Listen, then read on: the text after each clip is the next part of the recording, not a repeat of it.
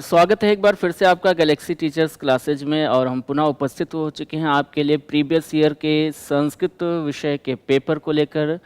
और आज का जो हमारा पेपर है वो है 24 दिसंबर 2021 का, जिसमें हम लोगों ने पहला भाग पिछली क्लास में देख लिया था।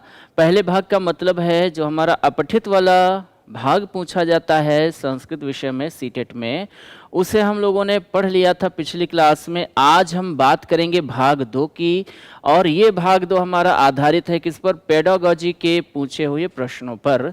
तो हम देखेंगे आज की इस क्लास में कि पेडागॉजी के कौन कौन से प्रश्न 24 दिसंबर 2021 को सीटेट की परीक्षा में पूछे गए थे। तो 24 दिसंबर 2021 पेपर की ये डेट है और हम इसमें पेडागॉजी के प्रश्नों की बात करने वाले हैं। तो चलते हैं, देखते हैं हमारा आज का पहला प्रश्न क्या है। तो देखिए, प्रश्न संख्या 16 आपको दिख रही होगी।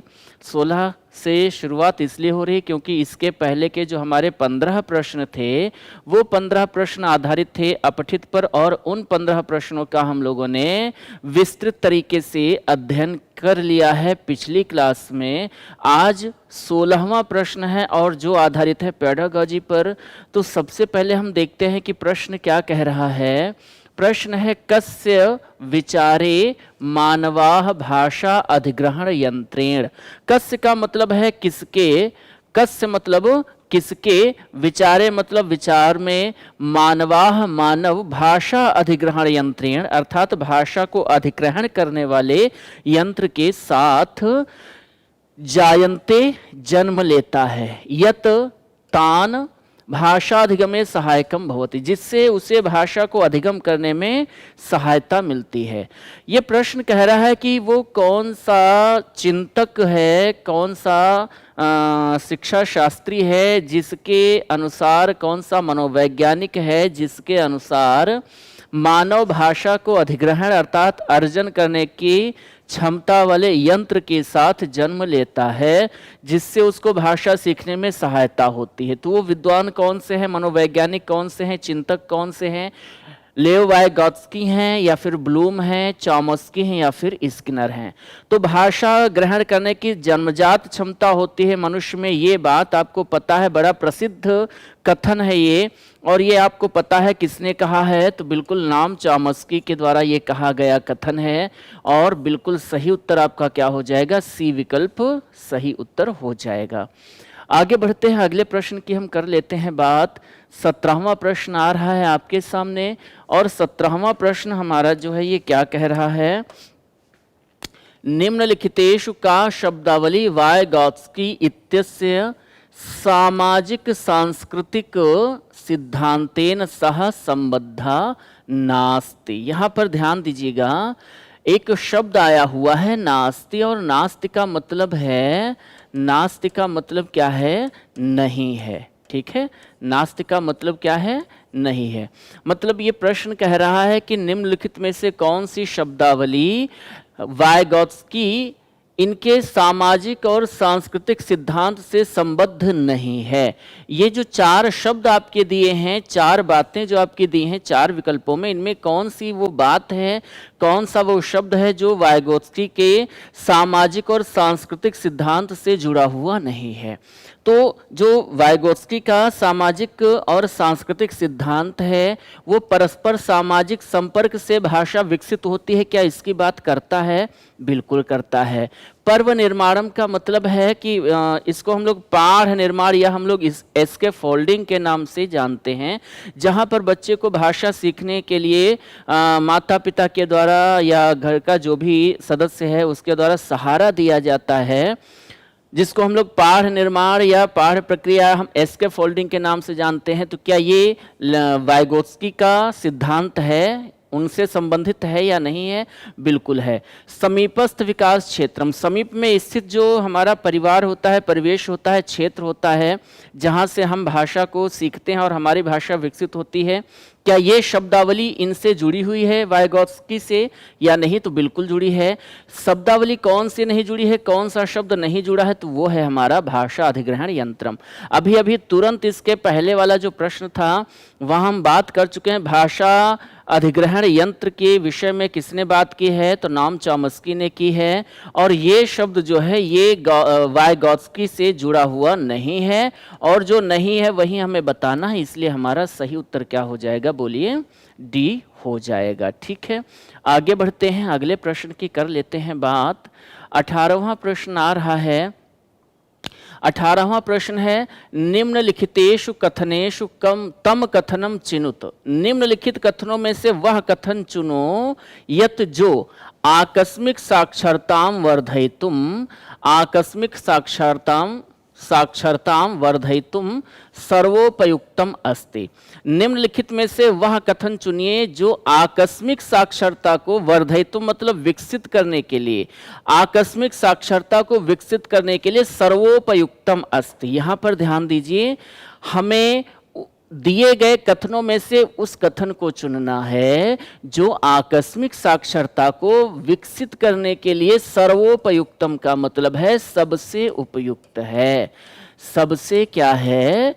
उपयुक्त है। ठीक है, तो पहले तो हम देख लेते हैं कि आकस्मिक साक्षरता को बढ़ाने में, आकस्मिक साक्षरता को विकसित करने में कौन कौन से कथन सत्य हैं, उपयुक्त हैं, पहले तो वो देखते हैं। तो देखिए, सबसे पहले तो हमें ये समझना है बात किसकी की जा रही है? आकस्मिक साक्षरता की। आकस्मिक साक्षरता क्या होता है? तो हम लोग इसको समझ लें। आकस्मिक साक्षरता का मतलब है जो बालक का प्रारंभिक साक्षरता होती है। आकस्मिक साक्षरता से मतलब क्या है?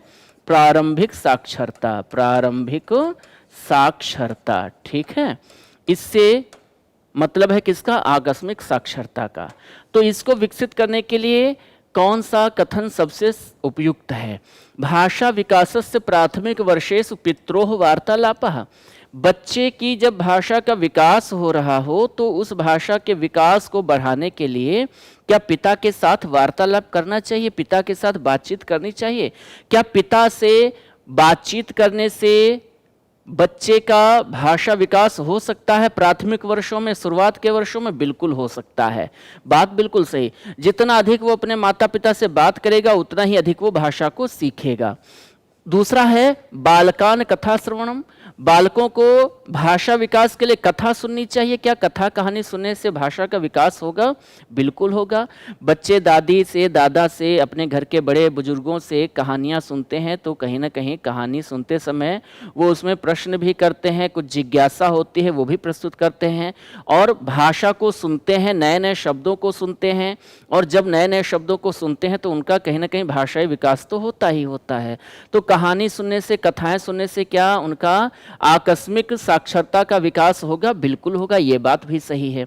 मित्रम पत्रम लेखितुम कथनम। मित्रों को पत्र लिखने के लिए, तो देखिए अभी जब वो भाषा को सीख रहे हैं, अभी वो लिखना तो सीख नहीं पाए हैं, तो पत्र लिखने की बात कहाँ से आ जाएगी? हम किसकी बात कर रहे हैं? प्रारंभिक साक्षरता की बात कर रहे हैं। और प्रारंभिक साक्षरता में अभी तो वो भाषा से परिचय प्राप्त कर रहे हैं, वो पत्र कैसे लिख पाएंगे? तो ये कथन बहुत उचित नहीं है। दत्त वाक्यम पृष्ठे अनुलेखितुम बालकाय प्रेरणम। दिए गए वाक्यों को पृष्ठ पर लिखने के लिए बच्चे को प्रेरित करना।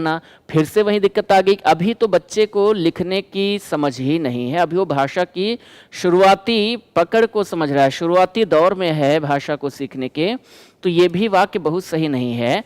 अब हमको देखना है कि सही उत्तर क्या है। देखिए, हमने बात की कि ये और ये दोनों विकल्प सही हैं, तो हमारा सही उत्तर क्या हो जाएगा? बी। ए तथा बी ये दोनों विकल्प सही हैं, तो बी वाला विकल्प हमारा बिल्कुल सही उत्तर हो जाएगा। आगे बढ़ते हैं, हम बात करते हैं 19वें प्रश्न की। बालकान नव शब्दानाम अर्थम ज्ञातुम प्रेरणा न दत्त्वा। ध्यान दीजिएगा प्रश्न पर।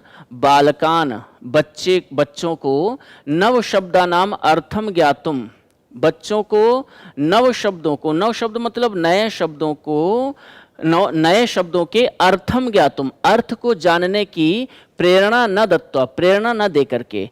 कहने का तात्पर्य यह है कि अगर बच्चे के सामने कोई नवीन शब्द आ जाता है, तो जब भी बच्चे के सामने नवीन शब्द आता है तो होता क्या है कि बच्चा उस नवीन शब्द को अपने जो भी बड़े बुजुर्ग हैं या जो भी उससे ज़्यादा साक्षर लोग हैं उनसे उस नए शब्द को पूछता है और वो भी उसके उत्तर को दे देते हैं, जो भी उत्तर होता है वो उत्तर प्रदान कर देते हैं। लेकिन ये प्रश्न कह रहा है कि बच्चों को नए शब्दों का अर्थ जानने की प्रेरणा ना दे करके, हम लोग कहते हैं कि अधिक से अधिक शब्द याद करो, उनके अर्थ याद करो, इससे क्या होगा, तुम्हारा शब्दकोश समृद्ध होगा।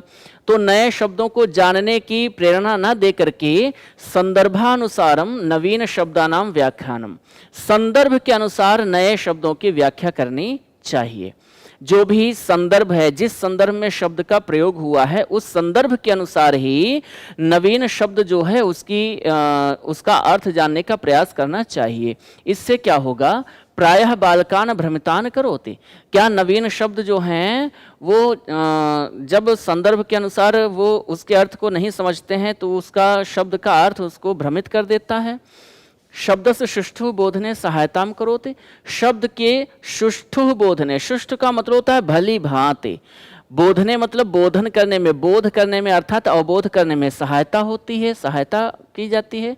कंठस्थी करने सहायताम करोते, क्या शब्द को कंठस्थ करने में सहायता मिलती है। समयम निरर्थकम करोते, क्या शब्दों के अर्थ को जानने से बच्चे का समय जो होता है निरर्थक हो जाता है, व्यर्थ हो जाता है। तो ध्यान दीजिए, जब बच्चा शब्द के अर्थ को न याद करके बल्कि शब्द के अर्थ को संदर्भ के अनुसार समझता है, किसके अनुसार, संदर्भ के अनुसार समझता है, तो कहीं न कहीं उसको शब्द का सुष्ठु बोधन होता है, मतलब शब्द का भली भांति ज्ञान उसको होता है कि हम एक ही शब्द को भिन्न भिन्न संदर्भों में कैसे प्रयोग कर सकते हैं। जैसे कोई हमारी भाषा जो है उसमें पता है कि शब्द हमारे एकार्थी भी होते हैं और अनेकार्थी भी होते हैं। अब कोई अनेकार्थी शब्द है, एक शब्द कई अर्थ प्रदान कर रहा है, उसको किस संदर्भ में हम प्रयुक्त करेंगे तो उसका क्या अर्थ निकलेगा। अगर हम केवल शब्द का अर्थ रट लेते तो हम बात इतनी बेहतर तरीके से समझ नहीं पाते, लेकिन अर्थ को रट न करके, रटना नहीं है बल्कि उसको जब हम संदर्भ के अनुसार समझते हैं तो कहीं ना कहीं उसको हम भली भांति सीखने में सक्षम होते हैं। तो यहाँ पर हमारा बी विकल्प सही उत्तर हो जाएगा। ठीक है, उदाहरण के लिए हम समझ सकते हैं कि जैसे कोई भी शब्द है, जैसे मान लेते हैं हमारा कौन सा शब्द है, तो जल शब्द है और जल शब्द हमारा अनेकार्थी शब्द है। इसका जब हम कहीं तालाब के, नदी के, मछली के या प्यास के संदर्भ में करेंगे तो इसी जल शब्द का अर्थ क्या हो जाएगा, पानी हो जाएगा। लेकिन जब हम इसका ईर्ष्या के संदर्भ में प्रयोग करेंगे कि वह हमारे कपड़े देखकर जल गया, घर देखकर जल गया, तो इसी जल शब्द का अर्थ क्या हो जाएगा, ईर्ष्या हो जाएगा, है ना। और जब हम पानी से जलने की, आग से जलने की बात करेंगे तब इसी का अर्थ क्या होगा, जलने की क्रिया हो जाएगा, ये हो जाएगा। तो संदर्भ के अनुसार हम अगर इसकी बात करेंगे, हम केवल अर्थ इसका पूछते तो हमको अर्थ क्या पता चलता, पानी।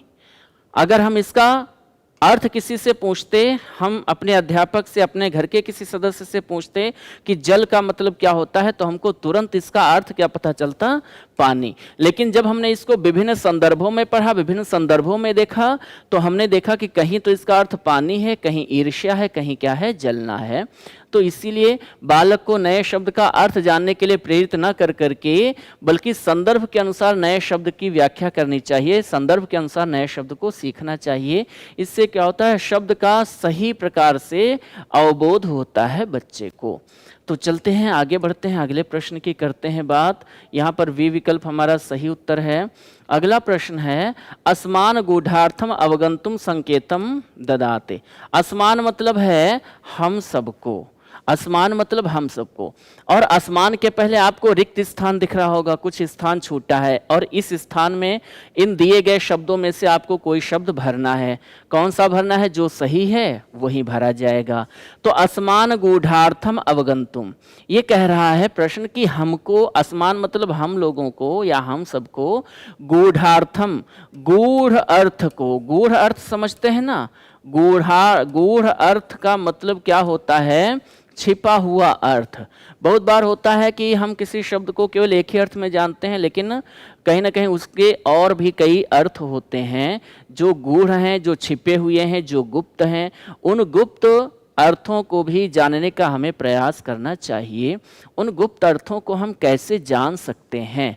तो असमान गूढ़ार्थम अवगंतुम संकेतम ददाते। हम गूढ़ अर्थ को समझ रहे हैं, समझने की चेष्टा कर रहे हैं।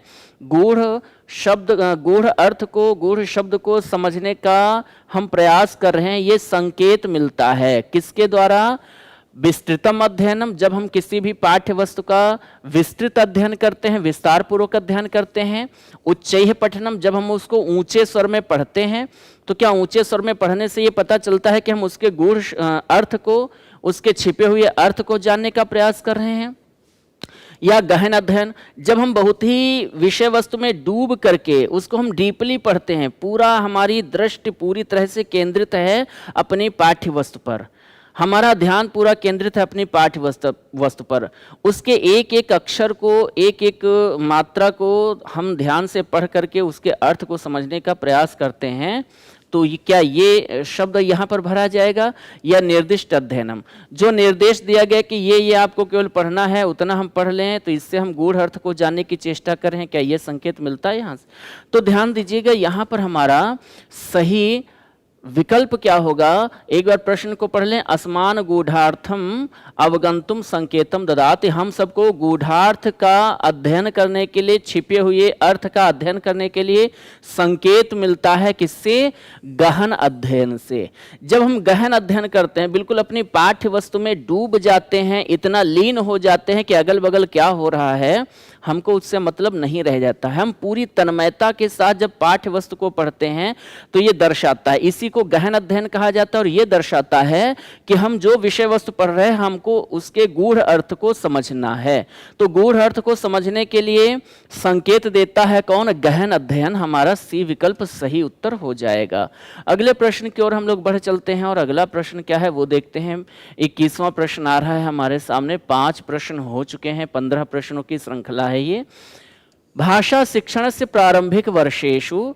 जब भाषा को बच्चा सीखता है तो भाषा को सीखने के जो प्रारंभिक वर्ष होते हैं, अर्थात जो शुरुआती वर्ष होते हैं, उनमें काचित अध्यापिका, कोई अध्यापिका है जो स्वकक्षायाः प्रारंभ वृत्त कालम क्रिया करोते, जो अपनी कक्षा का प्रारंभ वृत्त काल क्रिया के द्वारा करती है। वृत्त काल क्रिया का मतलब क्या होता है? सर्किल टाइम के द्वारा अपनी कक्षा का आरंभ करती है। अस्याम क्रियायाम सा प्रत्येकम छात्रम कस्मिन्नपि विशिष्ट विषय वक्तुम अवसरम प्रददाति। इस क्रिया के माध्यम से वह प्रत्येक छात्र को किसी भी विशिष्ट विषय पर वक्तुम मतलब बोलने का अवसरम प्रददाति, अवसर प्रदान करती है। ऐसा प्रक्रिया निम्नलिखितेषु कस्मै प्रयोजनाय महत्वपूर्णम अस्ति। यह प्रक्रिया निम्नलिखित में से किस प्रयोजन के लिए महत्वपूर्ण होती है?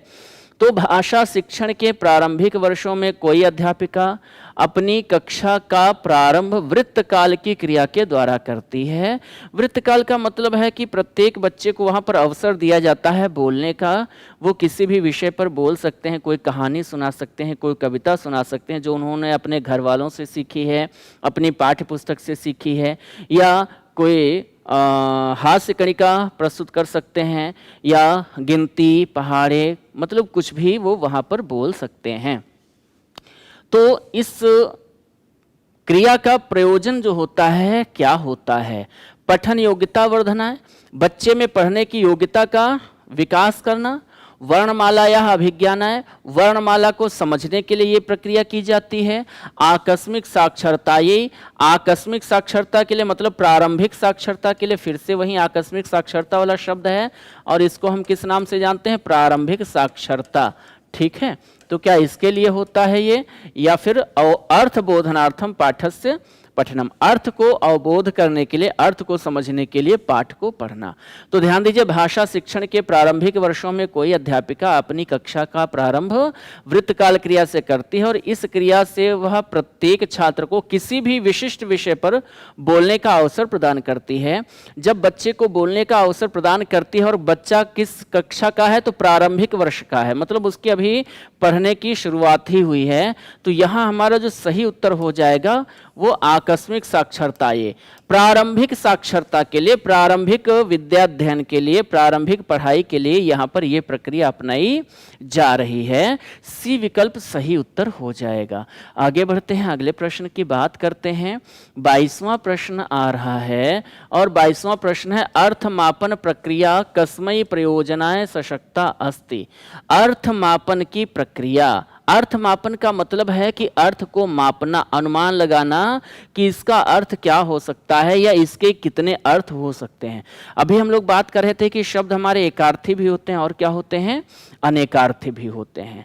अब बच्चा अगर किसी शब्द के अर्थ को माप रहा है, उसके अर्थ का अनुमान लगा रहा है कि एक तो अर्थ ये होता है, एक ये होता है, और क्या हो सकता है, तो अर्थ मापने की जो प्रक्रिया होती है कस्मै प्रयोजनाय सशक्ता अस्ति, किस प्रयोजन के लिए सशक्त होती है, किस उद्देश्य की पूर्ति के लिए उपयुक्त होती है। अर्थ मापन की प्रक्रिया किस उद्देश्य की पूर्ति के लिए उपयुक्त होती है।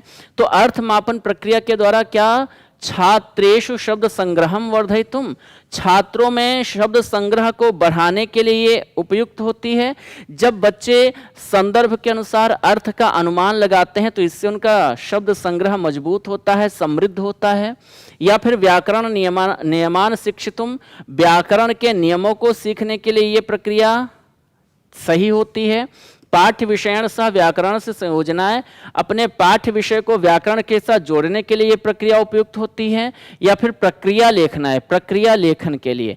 तो यहां ध्यान दीजिए, जब भी हम अर्थ का अनुमान लगाते हैं, अर्थ के, शब्द के अर्थ को समझते हैं, उसके कितने अर्थ हो सकते हैं ये जानने का प्रयास करते हैं, तो ये इसके पीछे उद्देश्य कौन सा होता है हमारा, छात्रों में शब्द संग्रह को बढ़ाना।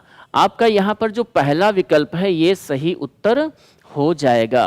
पहला विकल्प सही उत्तर हो जाएगा, पहला विकल्प यहाँ पर सही हो जाएगा। ठीक है, छात्रेषु शब्द संग्रहम वर्धयितुम, ए विकल्प सही है। आगे बढ़ते हैं, हम बात करते हैं 23वें प्रश्न की। और 23वां प्रश्न क्या है, बालकः प्रयोगाश्रित परीक्षा विधिना शिक्षति। बालक जो है वो प्रयोग पर आश्रित, मतलब प्रयोग पर आधारित परीक्षा विधि से सीखता है। बच्चा प्रयोग करके सीखता है, बच्चा प्रयोगात्मक तरीके से सीखता है। इति एतत् भाषा शिक्षण से सैद्धांतिक परिप्रेक्ष्यात् स्पष्टम अस्ति।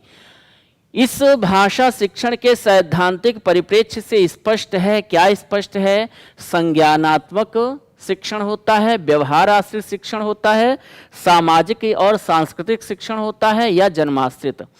तो जब कोई बच्चा प्रयोग पर आधारित सीखता है, प्रयोग पर आधारित परीक्षा की विधि से सीखता है, तो ये हमारा शिक्षण जो होता है, ये भाषा शिक्षण का कौन सा सिद्धांत है जिसको स्पष्ट करता है, तो ये है व्यवहार आश्रित।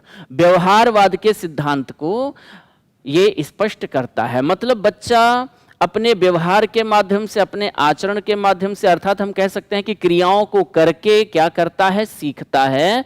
और क्रियाओं को करके सीखना ये क्या है, व्यवहार आश्रित सिद्धांत होता है। तो यहाँ पर हमारा बी विकल्प सही उत्तर हो जाएगा। आगे बढ़ते हैं, 24वां प्रश्न आ रहा है, लेखन प्रक्रिया अवस्थानाम समुचितम क्रमम चिनुत। लेखन प्रक्रिया अवस्थानाम, ठीक है, लेखन की जो प्रक्रिया होती है, लेखन, अच्छा अवस्था नाम लिखा है, क्षमा चाहेंगे। लेखन प्रक्रिया की अवस्था का, जो लेखन की प्रक्रिया होती है, लेखन प्रक्रिया की अवस्था का सही क्रम क्या है, उस क्रम को चुनना है। तो क्या पहले प्रारूप हम लिखते हैं, या पहले त्रुटि शोधन करते हैं, विचारोत्तेजन करते हैं, पुनरावलोकन करते हैं, रूपरेखा निर्माण करते हैं, या फिर समापन।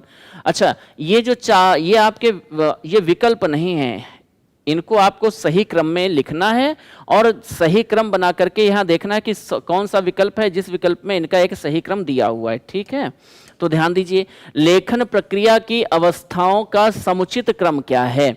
अर्थात हमने पिछली क्लास में पढ़ा था कि लेखन एक प्रक्रिया होती है जिसमें हमें कुछ अवस्थाओं से गुजरना पड़ता है। जैसे पहली अवस्था हमारी क्या होती है, विचारोत्तेजन की होती है। विचारोत्तेजन का मतलब होता है कि हमें चिंतन मनन करके अपने मन में विचार उत्पन्न करने होते हैं। उन विचारों को लिपिबद्ध करने के लिए फिर हमको एक रूपरेखा तैयार करनी होती है ना। ये सब हमने समझा था। तो देखिए यहाँ पर हमको कहीं विचारोत्तेजन मिल रहा है, तो ये हो गया हमारा पहला विचारोत्तेजन। लिखने के लिए सबसे पहले विचार उत्पन्न करने होते हैं, विचार उत्पन्न करने के बाद हमको रूपरेखा बनानी होती है, ये हमारा दूसरा बिंदु हो गया। रूपरेखा के बाद हमको क्या करना होता है, प्रारूप लिखना होता है, ये तीसरा बिंदु हो गया। प्रारूप लिखने के बाद हमको क्या करना होता है, तो पुनर्वलोकन करना होता है, हमको एक बार उसको पढ़ना होता है, पुनर्वलोकन करना होता है, मतलब प्रूफ रीडिंग करनी होती है। और प्रूफ रीडिंग करते हैं, उसमें कुछ हमको अशुद्धियां मिलती हैं, तो उन अशुद्धियों का क्या करना होता है, त्रुटि संशोधनम। ये हमारा हो गया पांचवा बिंदु, है ना। त्रुटि संशोधन के बाद हम क्या करते हैं, समापन करते हैं। यह हमारा हो गया छठा बिंदु। तो पहला क्या है, विचारोत्तेजन। देखिए विचारोत्तेजन हमारा किस विकल्प कौन सा बिंदु है, सी बिंदु है। सी हमको कहाँ मिल रहा है, डी में सी नहीं है, सी में सी नहीं है, बी में है और ए में है, और ये पहला बिंदु है। इसके बाद विचारोत्तेजन के बाद हम क्या करते हैं, रूपरेखा बनाते हैं। रूपरेखा बनाते हैं, ये हमारा कौन सा है बिंदु, ई। तो सी के बाद ई कहाँ आ रहा है, बी वाले में आ रहा है क्या, तो सी में, सी के बाद यहाँ ई नहीं ए आ रहा है, इसका मतलब ये भी गलत हो गया, और ये भी गलत हो गया। तो एक ही विकल्प है हमारे सामने जो सही है, ठीक है। तो पहले देखिए सी बिंदु क्या कह रहा है, सी क्या कह रहा है, विचारोत्तेजन, विचारोत्तेजन की बात की गई। ई क्या कह रहा है, रूपरेखा। पहले विचार उत्पन्न कीजिए फिर रूपरेखा बनाइए, ई विकल्प हो गया, ई वाला बिंदु हो गया। ए कह रहा है कि हम फिर क्या करें, प्रारूप लिखें, यह भी सही हो गया। डी कह रहा है कि हम क्या करें, पुनर्वलोकन करें, यह भी सही हो गया। बी क्या कह रहा है, त्रुटि संशोधन करें, करेक्शन जो भी लगाना है वो लगाएं। और एफ है क्या, समापन। तो यहां पर हमारा अब सही उत्तर क्या हो जाएगा, ए विकल्प। ये हमारी लेखन की प्रक्रिया होती है। लेखन की प्रक्रिया क्या होती है, लेखन की प्रक्रिया क्या होती है, तो सबसे पहले हम क्या करते हैं, रूपरेखा नहीं, सबसे पहले हम क्या करते हैं, तो हम विचारोत्तेजन करते हैं, विचार उत्पन्न करते हैं, फिर हम रूपरेखा बनाते हैं। तीसरा बिंदु क्या होता है, प्रारूप लिखते हैं। प्रारूप लिखने के बाद क्या करते हैं, पुनर्वलोकन करते हैं, और इसके बाद क्या करते हैं, त्रुटि संशोधन करते हैं, और अंत में हम क्या करते हैं, समापन करते हैं। ये 6 बिंदु हमारे हो गए लेखन की प्रक्रिया के, और ये 6 बिंदु किस विकल्प में है, तो ए विकल्प में है, इसलिए हमारा पहला विकल्प सही उत्तर हो जाएगा। आगे बढ़ते हैं, अगला प्रश्न देखते हैं, 25वां प्रश्न। कठोराभ्यासः निम्नलिखितेषु कस्य मुख्य पद्धति अस्ति। अर्थात ये प्रश्न कह रहा है कि किस पद्धति में कठोर अभ्यास की आवश्यकता होती है, किस पद्धति में कठोर अभ्यास किया जाता है। अर्थात कठोर अभ्यास निम्नलिखित में से किसकी मुख्य पद्धति है। कठोर अभ्यास निम्नलिखित में से किसकी मुख्य पद्धति है, समग्र भाषा पक्ष की है, या संप्रेषणात्मक भाषा पक्ष की है, व्याकरण अनुवाद विधि की है, या फिर क्रीड़ा विधि की। तो देखिए क्रीड़ा विधि में वो तो हम खेल खेल में सीखते हैं, इसमें कठोर अभ्यास की आवश्यकता नहीं है। संप्रेषण में हम लोग बातचीत पर आधारित हम सीखते हैं, बातचीत करके हम सीखते हैं, इसमें भी कठोर अभ्यास की आवश्यकता नहीं है। समग्र भाषा पक्ष से, समग्र भाषा पक्ष को हम विभिन्न तरीकों से सीखते हैं, तो कठोर अभ्यास की आवश्यकता है कि नहीं है, फिलहाल देखते हैं अभी। तो हमारा जो सही उत्तर है यहाँ पर वो क्या है, व्याकरण अनुवाद विधि। व्याकरण अनुवाद विधि के माध्यम से जब हम सीखते हैं तो वहां पर हमको कठोर अभ्यास की आवश्यकता पड़ती है। तो हमारा 25वें प्रश्न में सी विकल्प सही उत्तर हो जाएगा। आगे बढ़ते हैं, अगले प्रश्न की करते हैं बात। 26वां प्रश्न, पठने लेखने च बालकैः कृताः त्रुटयः कथयितुं शक्यन्ते। पठने लेखने च, पठने लेखने च अर्थात पढ़ने और लिखने में बालकैः बालकों के द्वारा, कृताः त्रुटयः की गई गलतियां, कथयितुं शक्यते कही जा सकती हैं। पढ़ने लिखने में जब बच्चों द्वारा गलतियां की जाती हैं तो पढ़ने लिखने में बच्चों के द्वारा की गई गलतियां कही जा सकती हैं।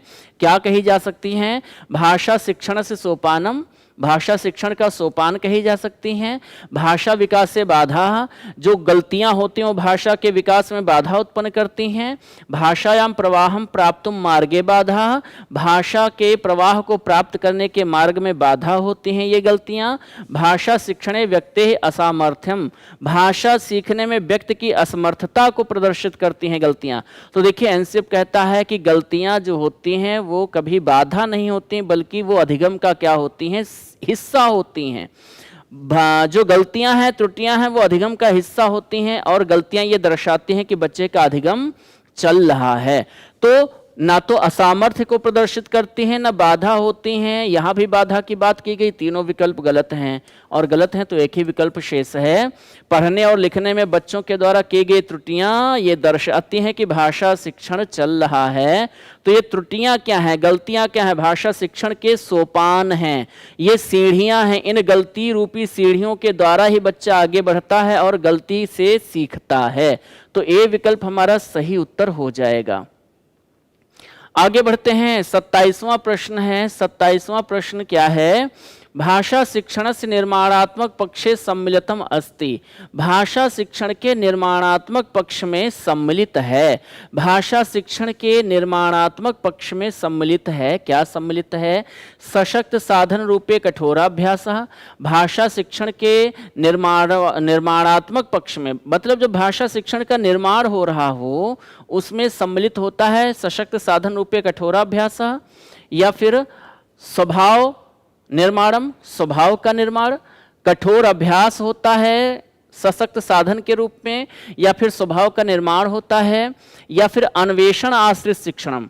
अन्वेषण मतलब खोज पर आधारित, बच्चे नया नया खोजते हैं, नई नई खोज करते हैं, तो खोज पर आधारित शिक्षण होता है।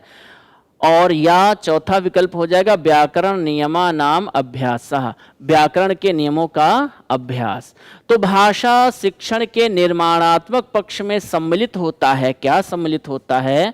देखिए यहाँ पर भाषा शिक्षण, हम किसकी बात कर रहे हैं? भाषा शिक्षण के निर्माण की बात कर रहे हैं।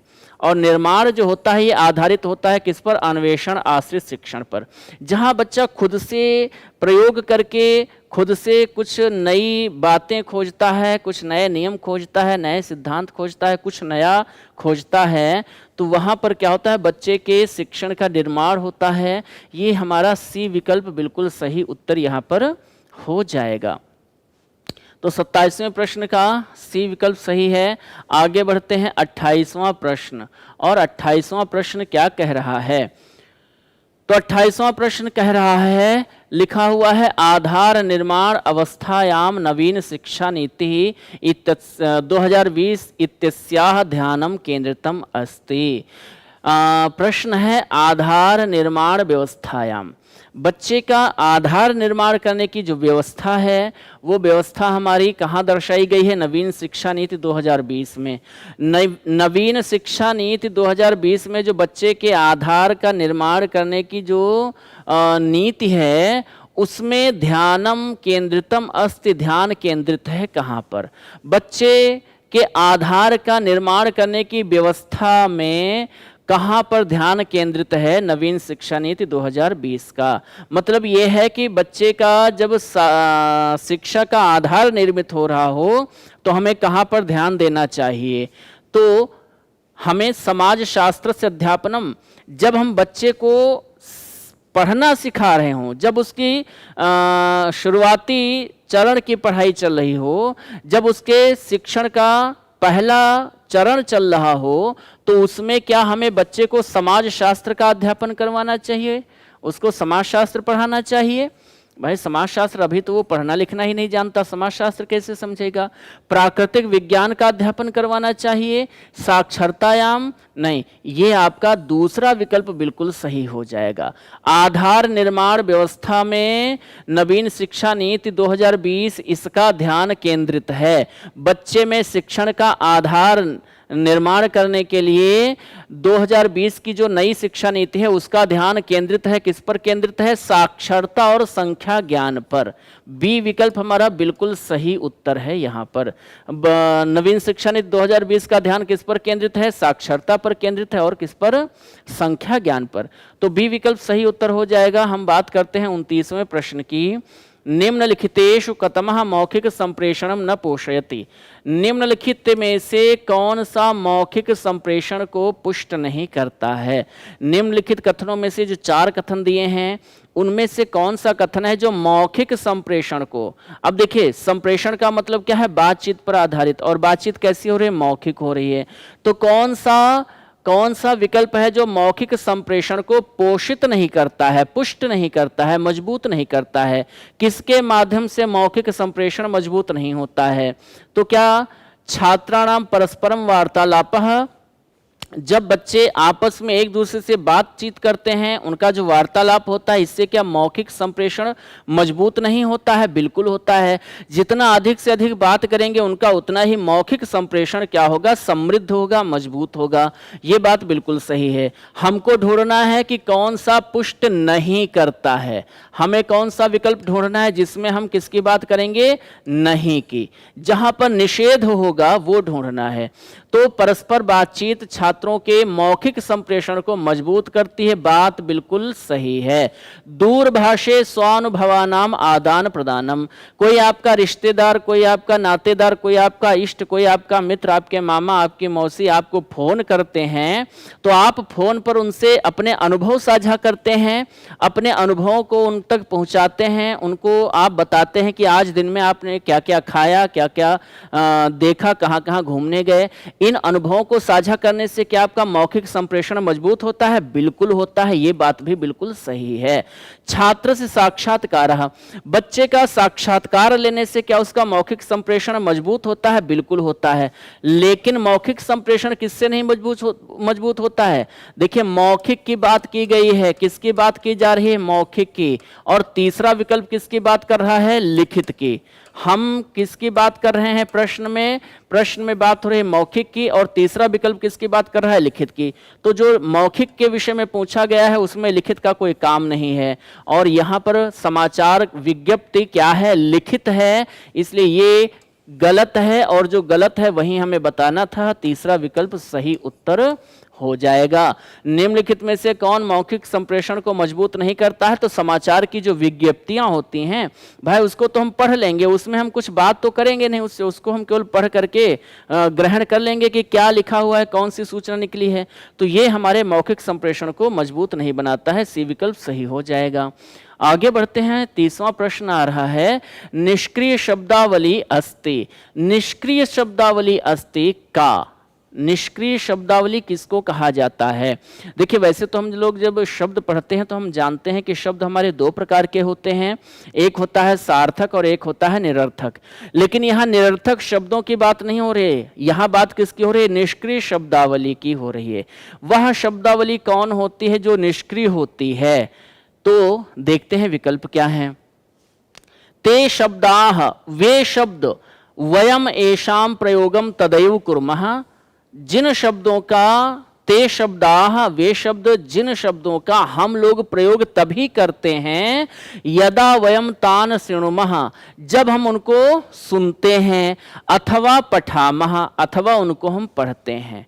वे शब्द जिनका प्रयोग केवल हम तब करते हैं जब उनको हम कहीं से सुनते हैं या कहीं पढ़ते हैं, तो वो शब्द क्या कहे जाते हैं? निष्क्रिय कहे जाते हैं क्या? लेकिन अभी 3 विकल्प और हैं, पहले उनको भी हम पढ़ लें। तो हमें देखना है कि निष्क्रिय शब्दावली क्या होती है। दूसरा विकल्प कह रहा है, ते शब्दाः यान वयम अन्यैः सह पुनः पुनः प्रयुञ्जम। देखिए, हमको ढूंढना है कि सक्रिय शब्द कौन से होते हैं, सक्रिय शब्दावली क्या होती है, सक्रिय शब्द कौन से होते हैं, और हमको देखना है निष्क्रिय शब्द कौन से होते हैं। तो ध्यान दीजिएगा, सक्रिय शब्द और निष्क्रिय शब्द हमें देखना है, समझना है।